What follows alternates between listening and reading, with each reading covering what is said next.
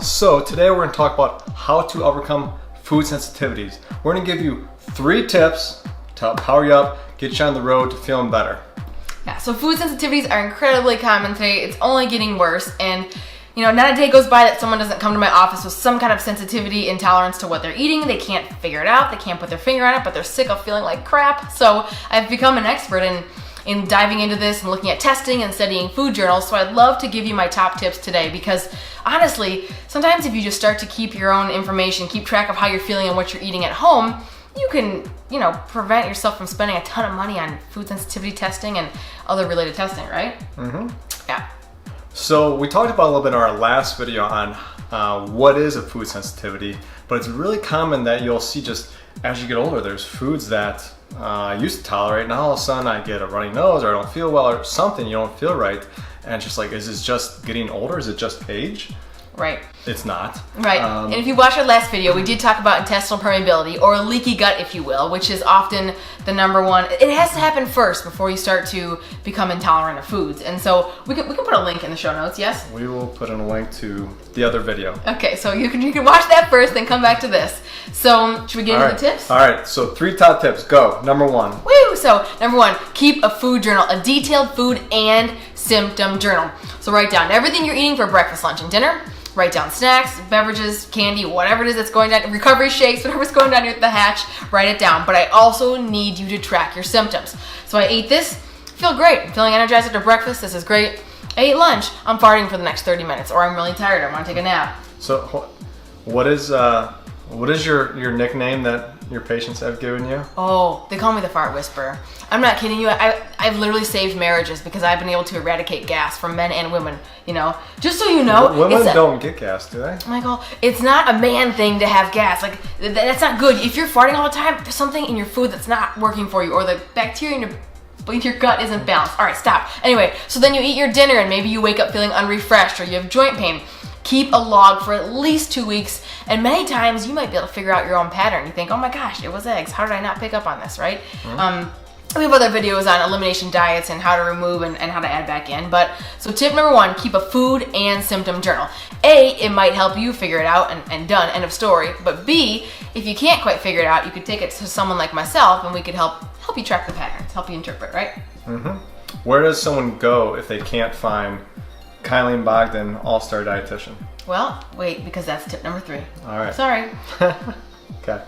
Okay, so number 2 is meditate. I know you think this is crazy, and you think, why am I going to meditate if there's a food that's making me sick? But just hear me out.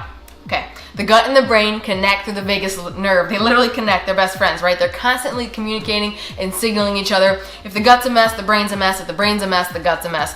That is why when you go to a marathon, for example, you see the porta potty lines like a mile long. It's because, when you're nervous, the gut starts going. They connect, they communicate. But anyway, so meditating 10 minutes a day. Come on, you agree. This made all the difference in the world for you. Meditation is life-changing, and there is just mounds and mounds and mounds of research on how powerful it is, from everything from anxiety to depression to fixing digestion to sleeping better. The problem is that people want something that's going to fix them like this. We love injections. Okay, I feel better in a day or 2, but all the research shows that with meditation, it takes, I think, a minimum of 5 to 9 minutes a day for 10, 20 days for it to start to really have an effect and have change. I know for me, it has been life-changing. I've used it to help improve my sleep. I've used it to help improve my cortisol levels, all kinds of stuff. But a lot of it, in terms of digestion, has to do with if we're in like a fight or flight response. So if we're really busy, and we don't have to be nervous or scared. It doesn't have to be bad stress. It could just be like, wow, I have so many cool work projects going on right now, right? I mean, for me, it was that I was in a hurry to go to work, because a lot of times I'm trying to work out before work, and then at work, sometimes I go to a different location in the afternoon, so I'm sprinting trying to get my notes done, go to the next spot. When we're sprinting around, we're in that fight or flight response. Our body, what it does is it shuts down digestion, and we engage more of the sympathetic nervous system, which is kind of pumping more blood to our extremities so we can be really active. So if we eat something, it's not going to give us very good digestion, because we want the parasympathetic nervous system, the one that's just when we're calm, to be able to function well. And when we are calm, our body says, hey, I can let the organs do their job. I can pump a bunch of blood to the gut and let it digest, because we're not in a hurry. We don't need to sprint somewhere. So the big thing with meditation is turning off our sympathetic nervous system, turning on our parasympathetic nervous system so we can rest and let our body do its job in digestion. And just even some breathing out slowly can really knock down the sympathetic nervous system and engage more of the parasympathetic nervous system. Well, to make a long story short, if you're stressed, you're not digesting your food well. And sometimes it's not an actual food sensitivity, but just the fact that your digestion's crummy and we need to kind of get that working again. That's what he's trying to say. I like the app Headspace. Me too. We're getting nothing for promoting them. There are other ones like Calm. If you use Audible, there are things on Audible. There's all kinds of options. Even just YouTube, best meditation. Just, Or just some best 5-minute meditation. Just deep breathing. There's all kinds of things.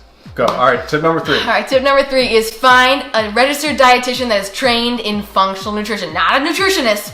Now legally they call us RDNs, and it's no longer RD, it's registered dietitian nutritionist. But the word dietitian has to be in front of the word nutritionist because we went to school for a long time. It means you're licensed and you actually went through an incredible amount of education, and you're board certified.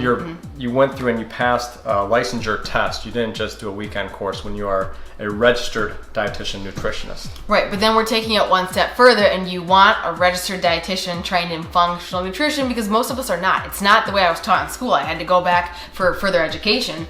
So any of you can find someone. Plenty of us work virtually. The website is called IFNA Academy, the Integrative and Functional Nutrition Academy.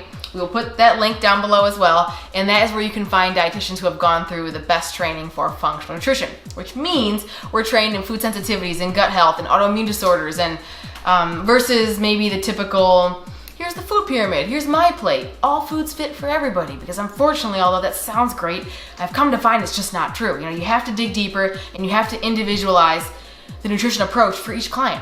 No two people leave my office with the same instructions, same recommendations, You got it. Okay. So in the show notes, we will have links to some of our other blog posts. I know we mentioned it in our other video on what is a food sensitivity, but we have blog posts on what is the difference between a food sensitivity, an intolerance, and an allergy.